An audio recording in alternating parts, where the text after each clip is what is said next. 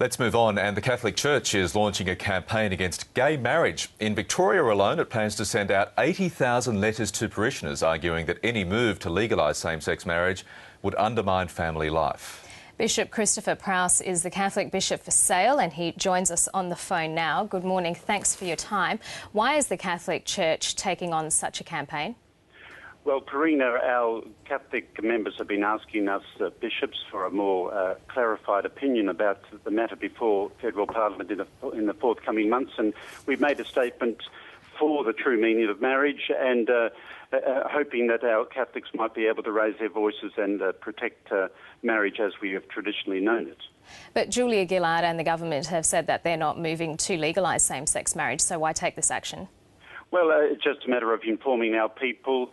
The marriage today is a very fragile institution, and we want to make sure that that people are understanding of the marriage, understanding between a man and a woman in a love bond open to the possibility of new life, has served us well for millennia, not just a government thing or even Christianity aspect. It's been here for millennia, and we want to support that, particularly in these times where marriages and family life are often seen as very fragile. Yes, you say it's a fragile institution and it's served you well, but we've seen divorce rates continue to rise, and that's amongst Catholics and non-Catholics. So why shouldn't gay people have the same right?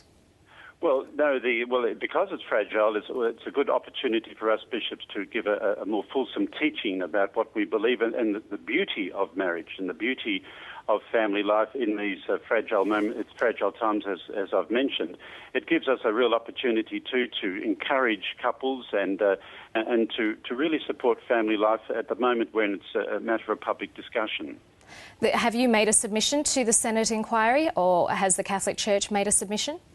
Well, I have personally made a submission, yes, in recent days, and the Catholic Church, of course, now through its different parishes throughout Victoria and beyond, are encouraging our communities to do the same.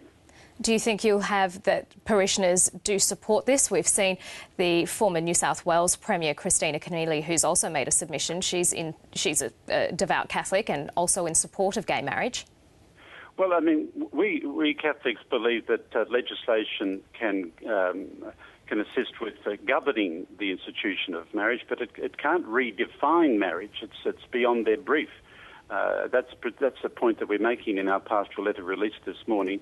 That it's something that it's not there for redefining. It's not really the work of legislation. So here's a point that we want to make.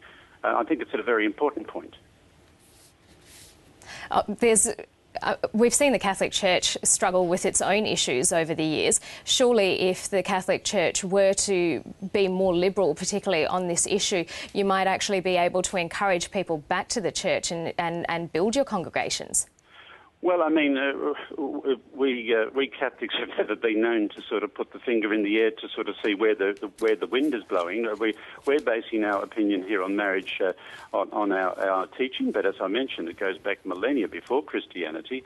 It's a firm teaching, a strong teaching. It's the basis and cornerstone of a stable society, and regardless of the robust discussion both within the society and within the Catholic Church itself, we believe that the truth of the human person and the way we express our social responsibility in these important cells of society, it's the family, marriage life, is something to be celebrated, something to be protected, and something to shout out with joy that this is something not to be compromised. Bishop Christopher Prowse, thanks for your time this morning. You're very welcome, Corinne.